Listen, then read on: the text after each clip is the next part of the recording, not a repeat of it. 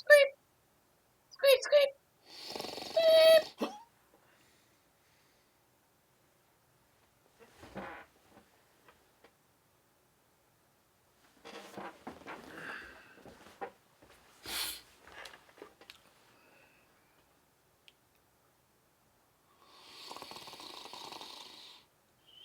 Squeak, squeak, squeak.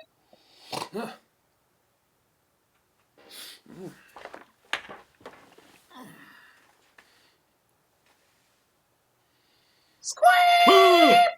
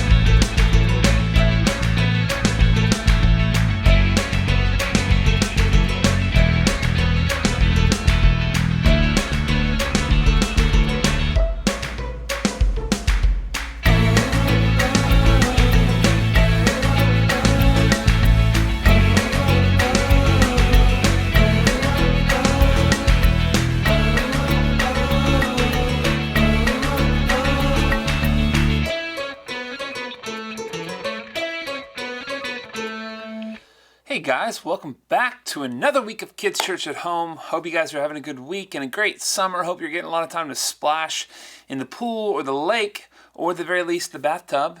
That's, your indoor pool. Everyone's got an indoor pool, not very big, no diving preferably. But I hope you're having a great week. I miss all of you. And we have a lot to do this morning, and so let's get right down to it. We have a birthday right here at Kids Church at Home. And it's one that I cannot forget because it's my own daughter, Taylor. Taylor Owen is turning older years old. No, she's going to be 10 years old. And happy birthday, Taylor. In honor of your birthday, we have a very special friend here to sing happy birthday to you. It's not me. Here is a friend to sing happy birthday. Oh, hey, look who it is! A birthday kid! Yeah, I heard of those. I had a birthday once. Pretty good, too. Had a birthday cake made out of rats. Alright, let's get it over with. Happy birthday to you! Happy birthday to you! Happy birthday, dear kid! Happy birthday to you! Alright, now scram!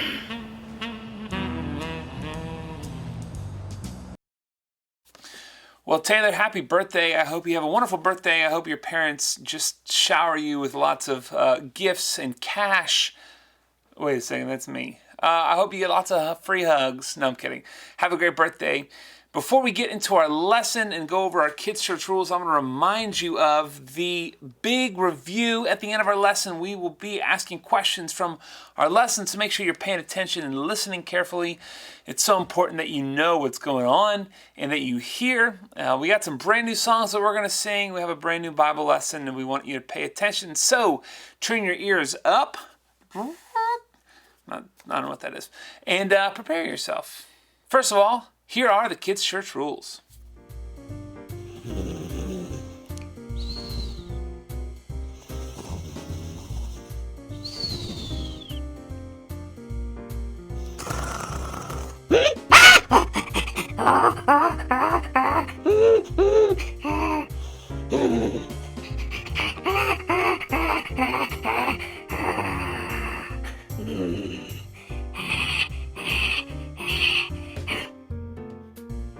Baba, mo, na,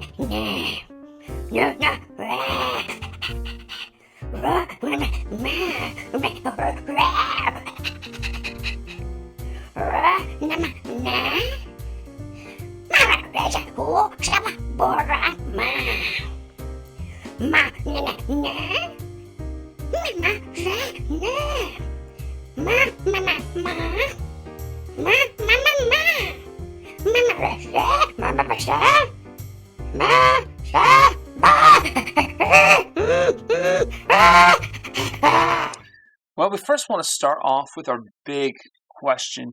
Our big question for the month of June is this: why did God create people? When you think about it, I think about this every now and then. People are all kind of made the same. We all have, eyes and a nose and ears. We're kind of made out of the same parts, but man, every single one of us is different. I mean, have you thought of that? Like every person you've met, pretty much has 2 eyes, a nose, and a mouth. They have ears. They have hair. Some more than others. Well, if you were to draw a person, you would think that they would all look the same. But as you know, we don't all look the same. In fact, there's no one that looks just like you. You might have a twin, but even then, they don't look exactly like you. And even if you got down even to the tiniest little details like your fingerprints, you can tell that every single person is different. God made us so unique. Each one of us is different. Each one of us is special. Now, God made us, and He made us in all shapes and sizes, didn't He? He made some people to be boys, male, right? He made some people to be females. Some people are short. Some people are tall. Some people are a little wider. Some people are a little skinnier. Some people have different colored skin. We all have different colored skin. We have different colored eyes. We have different colored hair. Some of us have, lots of hair, and some of us are bald, like this guy. It's true. It's okay, though, because you know what? That's just the way God made him. And God made you, and He made you unique, and He made you special. But why did He make you special? And did God ever make a mistake when He made people? Today we're going to meet a man who it would seem as if God might have messed up when He created him. Now, I've made a lot of things. Every year, at around this time of year, I make a birthday cake for my daughter. I bake a birthday cake. I gotta be honest. I've made some pretty ugly birthday cakes. Like lopsided ones with the frosting, just you can never get it right, and you're smoothing it out, and you just end up looking like a blob of icing, which is not the worst thing. It tasted good, but it's pretty ugly. But you know what? Did God ever make a mistake when He made people? Because some people's bodies, they don't work like they're supposed to. For most of us, our bodies work the way they're supposed to. But for some of us, our bodies don't work the way other people's do. Some people have to walk with a crutch or a cane. Some people can't walk at all. There are some people who it's not just their bodies that are different. Maybe their minds are different. They have a hard time doing some things that you do. There's some people, I have glasses. Some people don't need glasses. I've got a good friend who's blind, and she can barely see anything. We know people who are deaf. You know what? Every single person that God made, He actually made them. And I want to tell you something. God did not make a mistake when He created them. Because the reason that we were created by God was for one purpose, not to work right. We were not created to be a perfect specimen of a body. We were created to bring glory and honor to God. And in our story today, we're going to meet a man who was paralyzed. He was lame.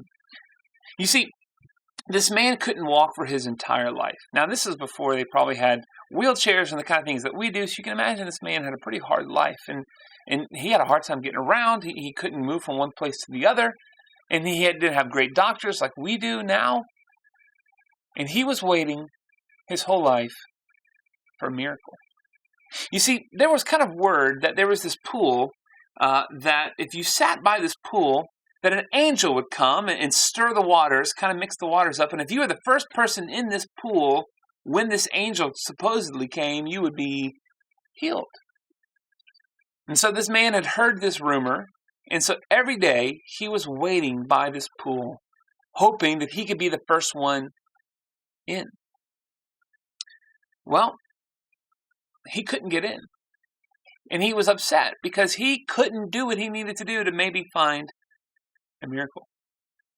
Then one day, a miracle came to him. Jesus comes, and he meets this man who is lame, and Jesus heals him. But as we have seen time and time again, he doesn't just heal his body. He does something even greater. He heals this man's heart. Check it out.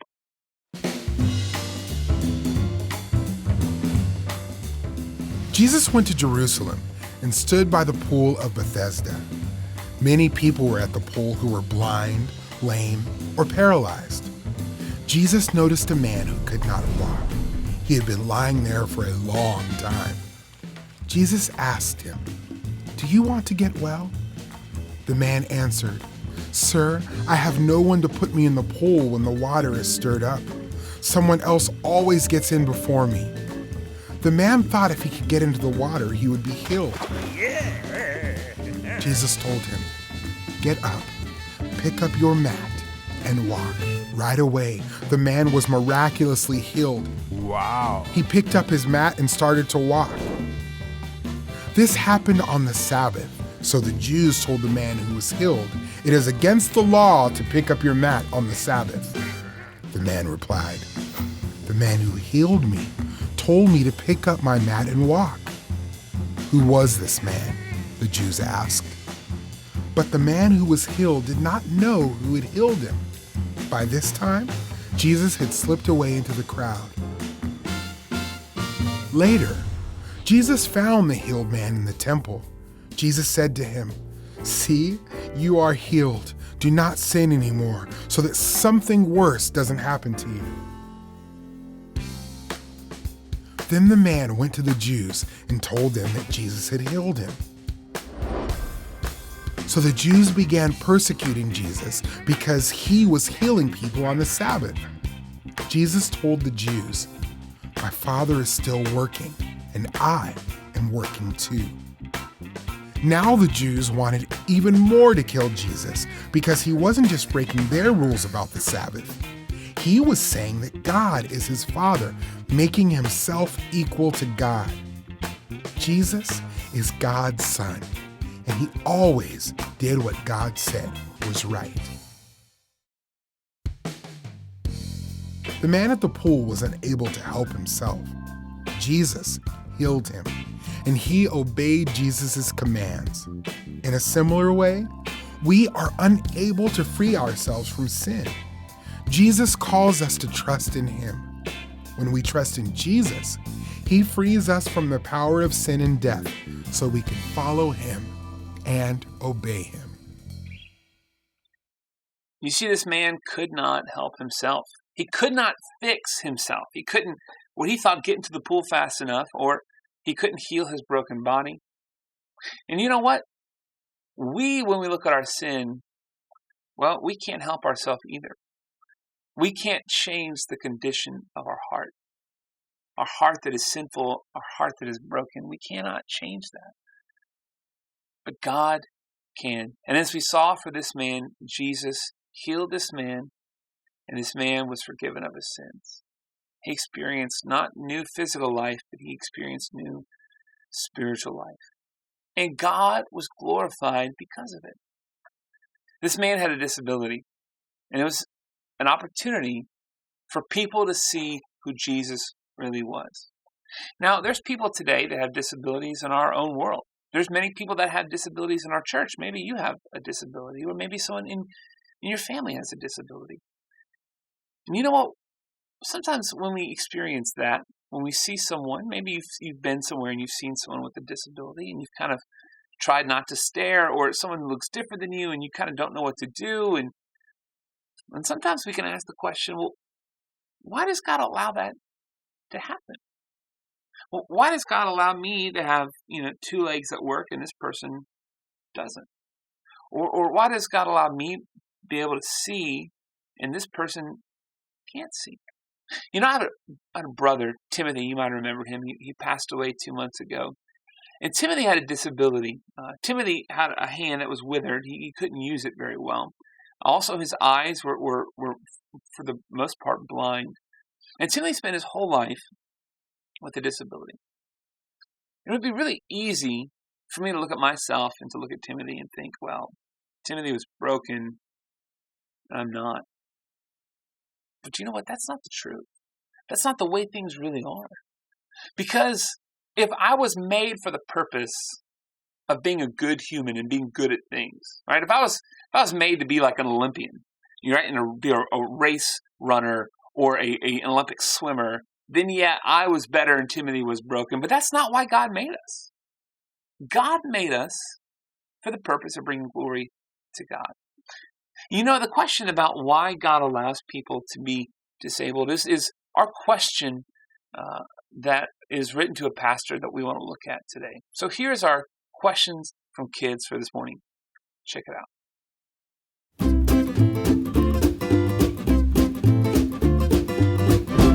Hey there, I'm Pastor Brian, and it's time for Questions from Kids. Lucy from Wichita, Kansas asks, why does God allow people to have disabilities?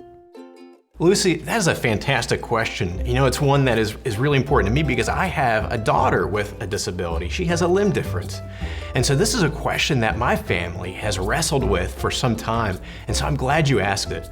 Well, here's the big idea, that people are born with disabilities in part because we live in a broken world. Sin has infected every part of this world, and that includes that at times people are born with disabilities, like my daughter who only has one leg and not two. And so that's the real reason in a nutshell. But let me unpack that for a minute more because I think this is really important. And this is something that we have really worked hard to communicate to my daughter and others. And it's this, that there are no accidents for God. That my daughter was knit together in the womb the way that God wanted her to be, and other people with disabilities are knit together the way God wanted them to be. Now, it's hard for us to understand this, but again, we remember everything God does is for His glory and our good. And so God has a purpose in disabilities. He's got a purpose in doing this. You know, we saw that in the story today with the man who was lame, that God used him to draw other people to Himself. And so we see that God can use even disabilities, things that are really difficult. And we wouldn't want somebody to be born with a disability, but God can use even those difficult things in our lives to draw other people to Him, to help us understand how good He is and how loving He is. And here's the wonderful thing, that Christ came to make everything wrong right again one day. And here's our hope. My hope is that one day my daughter will run in heaven with two legs when God has made everything right again. And so everybody who has a disability has that to look forward to, that God will make right all wrongs through Jesus Christ. So here's a question back for you. How can you show love to people of all abilities?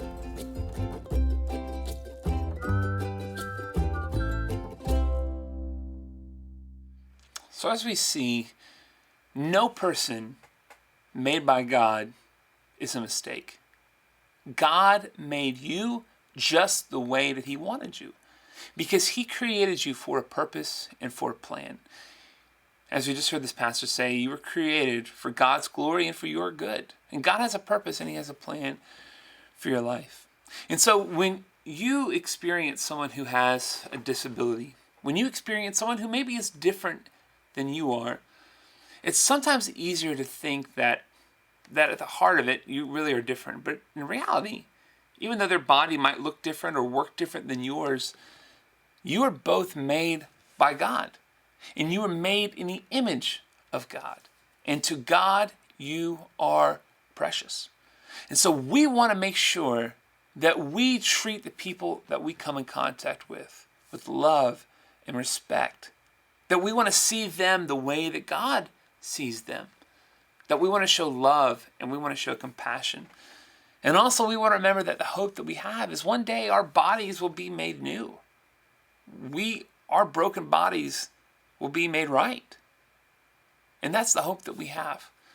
You know, as Christians, one of the things that brings us courage in the midst of hard times is the future, which is heaven. The eternity we have to look forward to. You know, when Jesus was on this earth, He says, I go to prepare a place for you so that where I am, you may also be. And He says, and in my Father's house, there are many mansions. And Jesus is talking about the future that we have with Him. And so no matter what we experience on this earth, no matter how hard it is, no matter how painful it might be, we have hope of what is to come. We want to sing a song. We haven't sung it in kids' church before. We sing it at camp a lot, and it's called Big House. And it talks about God's house. And it talks about the idea kind of from in the book of John when Jesus said, I go to prepare a place for you. And it's kind of a celebration of what is to come, where we get to live in our Father's house with him. I hope you'll sing it with us.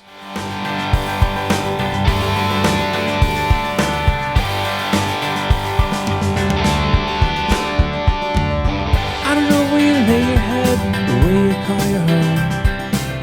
I don't know where you eat your meals, or where you talk on the phone. I don't know if you got a cook, a butler, or a maid. I don't know if you got a yard with a hammock and a shade.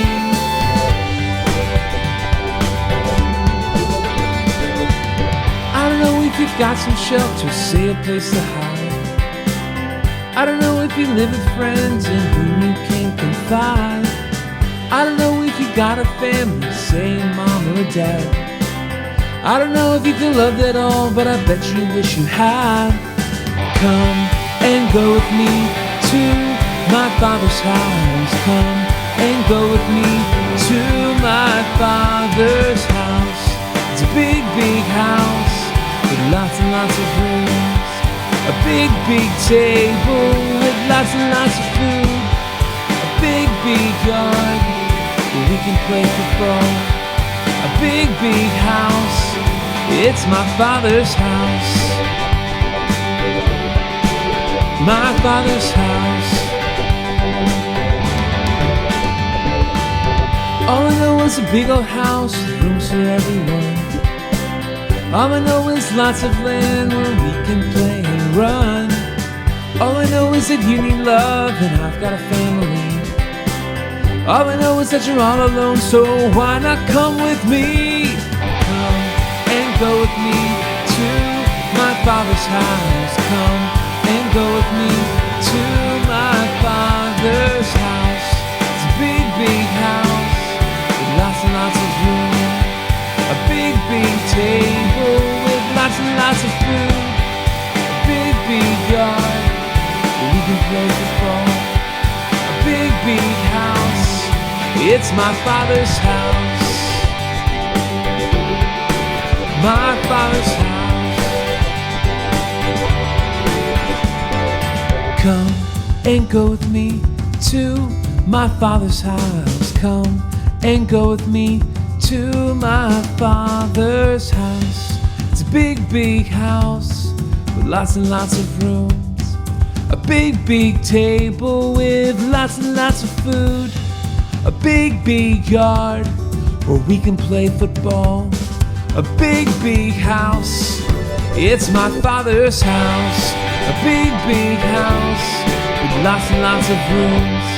A big, big table with lots and lots of food. A big, big yard where we can play football. A big, big house, it's my Father's house. My Father's house.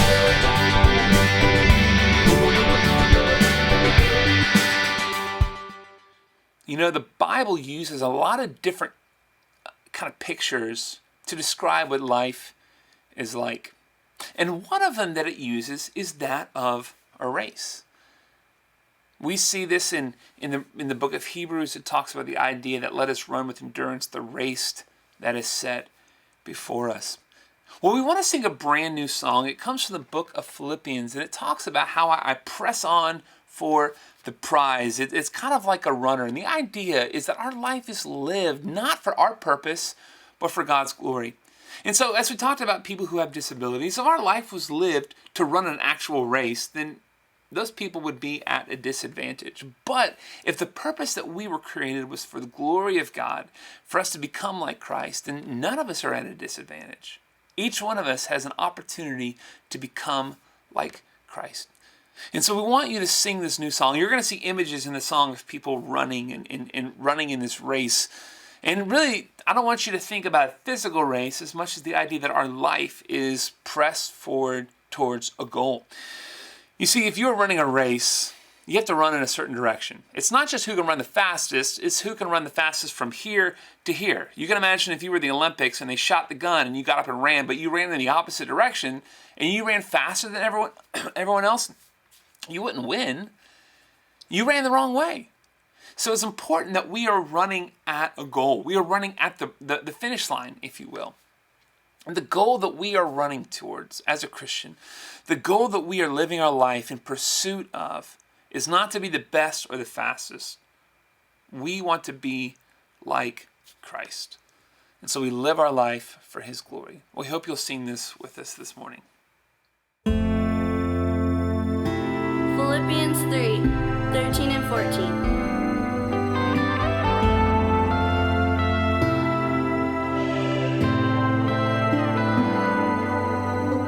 One thing I do, forgetting what lies behind, straining forward to what lies ahead.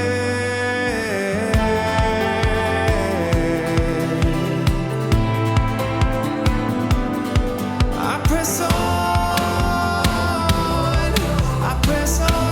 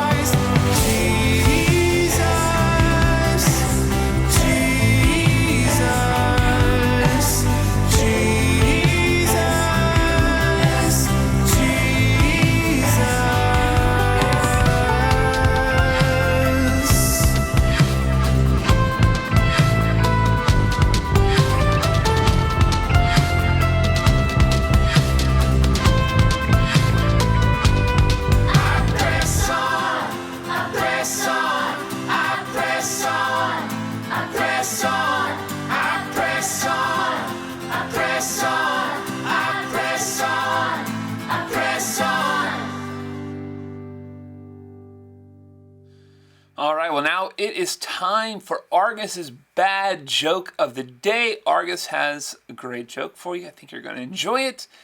Here to present his joke is our dear friend, everyone's favorite bear, Argus. Argus, take it away.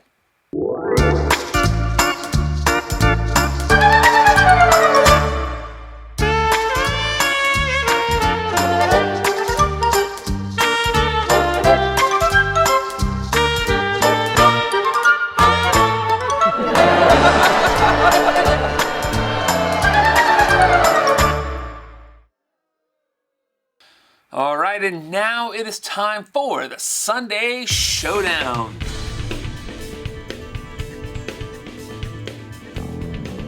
All right, here on our Sunday Showdown, we have a brand new game for you.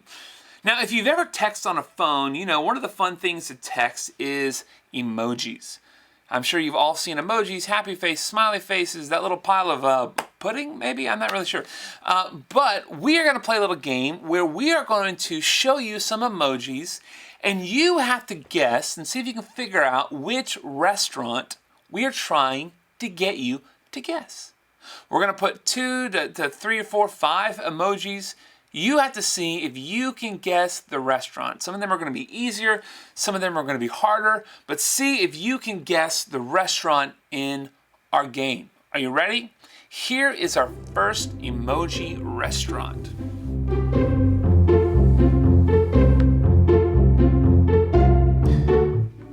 All right, did you figure it out? It was Burger King. Burger King, there you go, not too bad. I hope you got that one right.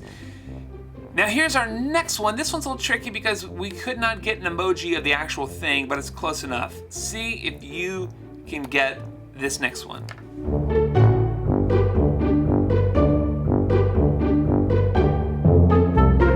All right, that one was Red Lobster. Red Lobster, which by the way has the best garlic cheese biscuits. I just want to shove them in my mouth. And when I eat them, I do. Here is our next emoji restaurant.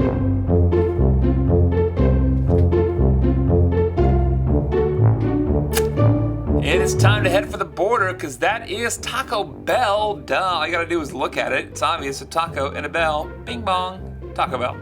Here is our next emoji restaurant.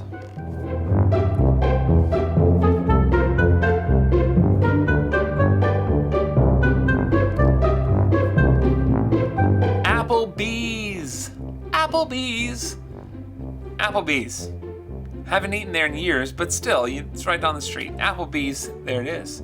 Here is the next one. This one is one that I really enjoy going to from time to time. We have one here in Birmingham. See if you can guess what it is. Check it out.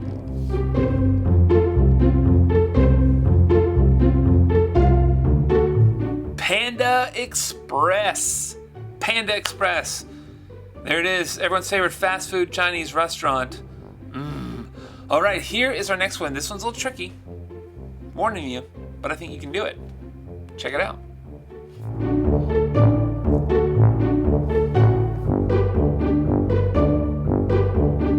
Ooh, it's one of my favorites. Go get me a dilly bar and a blizzard. It is Dairy Queen. Dairy Queen, love Dairy Queen. Little curly Q on top. I really like Dairy Queen a lot. It's one of my favorites. Here is a next one, and this one is a great place to go, especially for the dessert. Check it out.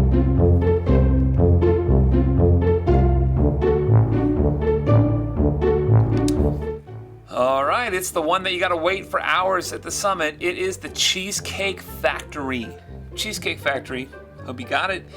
Here's our next one. This one's pretty clever, kind of proud of this one. Think you're gonna enjoy it. Check it out.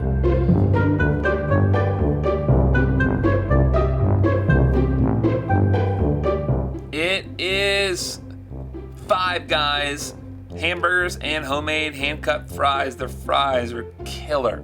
Love their fries. Salty and greasy and just, oh baby.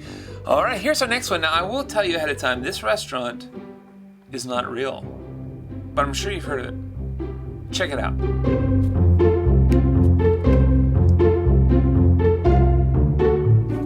That's right, it is the restaurant from the movie Toy Story, Pizza Planet, where you whack the aliens and it has the claw machine. Yeah, you've seen there. All right, here is our next one. This one is one of my favorites. This one is a very popular after-church lunch for me and my family. See if you can get it right.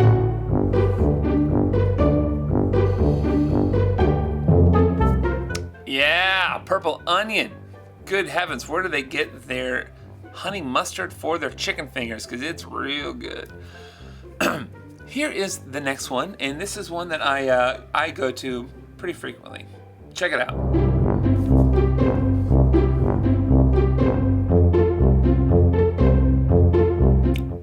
That's right, it's Starbucks. Starbucks. By the way, in case you did not know this, the name Starbucks comes from the book Moby Dick. There's a character named Starbuck. Learn something every day. Here's our next one. My kids love this restaurant. They think it's so much fun, and I think the food is disgusting. But it's okay. Go there for the kids, and you get a free hat. See if you can guess what it is.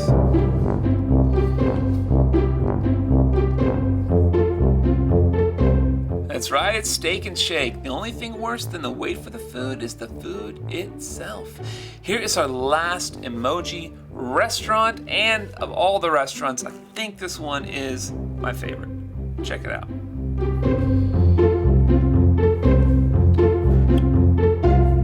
That is right, it is Waffle House. Waffle House, All right, well, I hope you got them all right. If you did, congratulations, you are a winner. Winner, winner, chicken dinner. Congratulations. And now it is time for our missions moment.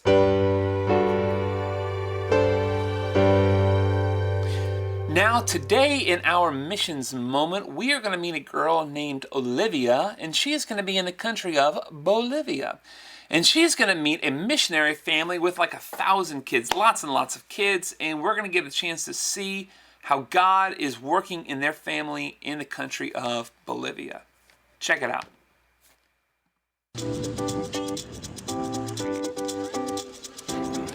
Hi, I'm Olivia, and I'm here in Bolivia, and I'm visiting a big family who's on mission in a big way.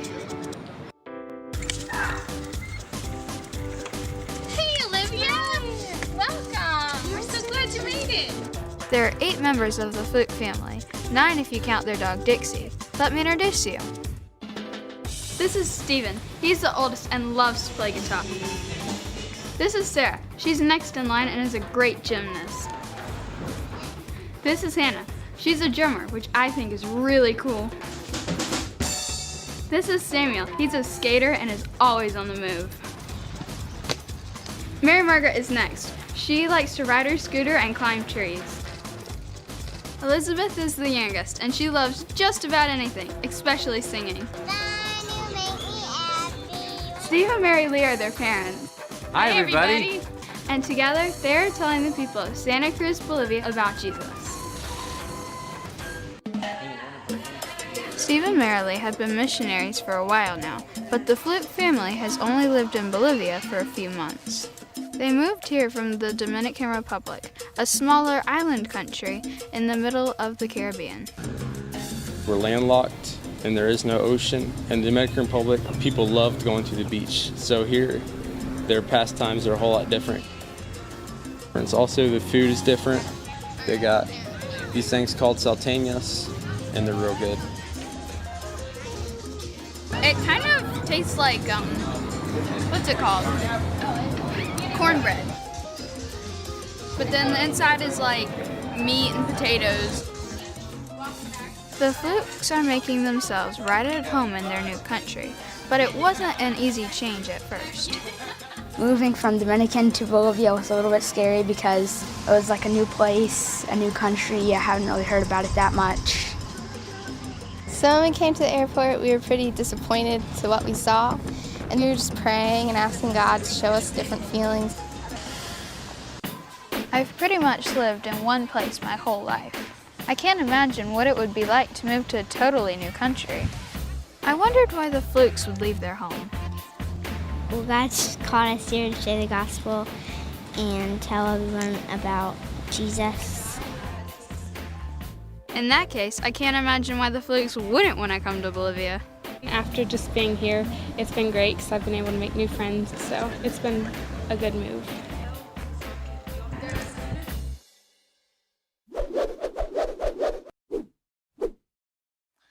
All right, well, we asked our question at the beginning of our lesson, why did God create people? And the answer is this: God created people to worship Him, love Him, and show His glory. And the wonderful thing is, no matter who you are, no matter what you are like, no matter what challenges or disabilities you might have, you were created by God for the purpose of worshiping Him, of loving Him, and showing His glory. And no matter what you look like or what you're like, you can do that. Well, we want to go over one more thing, and that is our memory verse for the month of June. Would you read it and say it with me? Surely He has borne our griefs and carried our sorrows. Yet we esteemed Him stricken, smitten by God and afflicted. But He was pierced for our transgressions. He was crushed for our iniquities. Upon Him was the chastisement that brought us peace. And with His wounds we are healed. You know, these last couple of weeks we've been seeing Jesus perform many miracles. This week he healed a man who was lame.